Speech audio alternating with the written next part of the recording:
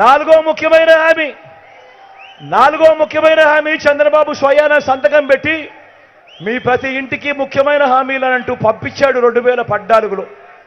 మరి 2014 నుంచి 19 మధ్యలో ఆయన ముఖ్యమంత్రిగా ఉండగా ఇంటింటికి ఉద్యోగం ఇవ్వకపోతే 2000 రూపాయలు నిరుద్యోగ వృత్తి ప్రతి నెల అన్నాడు. నేను అడుగుతా ఉన్నా, ఇక్కడ ఇంతమంది తమ్ముళ్ళు ఉన్నారు, మిమ్మల్ని అందరినీ అడుగుతా ఉన్నా, 5 సంవత్సరాలు అంటే 60 నెలలు ఇంటూ నెలకు 2000 రూపాయలు అంటే ప్రతి ఇంటికి 1,20,000 రూపాయలు ఏ ఒక్కరికైనా ఇచ్చాడా అని అడుగుతా ఉన్నాడు మీ బిడ్డ. ఇలా రెండు చేతులు పైకెత్తారు, ఇలా ఇలా ఇలా ఇలా ఇలా ఇలా ఇలా ఇలా ఇలా ఇలా ఇలా ఇలా. మళ్ళీ ఇంకొక హామీ, 5వ హామీ ఇంకొకటి, అర్హులందరికీ 3 సెంట్ల స్థలమట. అర్హులందరికీ 3 సెంట్ల స్థలమట. అన్నా, తమ్ముడు, అక్క, చెల్లెమ్మ, అర్హులందరికీ 3 సెంట్ల స్థలం అంట, కట్టుకునేందుకు పక్కా ఇల్లట.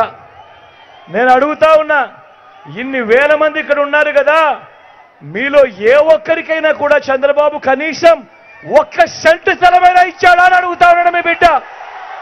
రెండు చేతులు పైకెత్తే ఇలా ఇలా ఇలా ఇలా ఇలా ఇలా ఇలా ఇలా ఇలా ఇలా. ఇంకా ముందుకు పోతే 10,000 కోట్లతో బీసీ సబ్ ప్లాన్ ప్రతి ఏటా, చేనేత పవర్ లూమ్స్ రుణాల మాఫీ అన్నాడు, జరిగిందా? ఉమెన్ ప్రొటెక్షన్ ఫోర్స్ ఏర్పాటు చేస్తామన్నాడు, చేశాడా?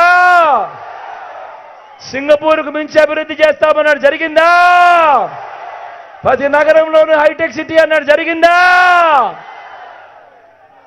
మరి నేను మిమ్మల్ని అందరినీ అడుగుతా ఉన్నా, 2014లో స్వయంగా చంద్రబాబు మేనిఫెస్టో అంటూ ఆ రోజు డ్రామా ఆడి, ఈ రోజు ఆడుతూ ఉన్నట్టుగానే ఆ రోజు కూడా డ్రామా ఆడి, ఇదే ముగ్గురితో జతకట్టి స్వయంగా చంద్రబాబు సంతకం పెట్టి ఎన్నికలకు ముందు మీ ప్రతి ఇంటికి పంపించిన ఈ ప్యాంఫ్లెట్లో, స్వయంగా సంతకం పెట్టిన ప్యాంఫ్లెట్లో, ఇందులో కనీసం ఒక్కటంటే ఒకటైనా జరిగిందా అని అడుగుతా ఉన్నాడు మీ బిడ్డ.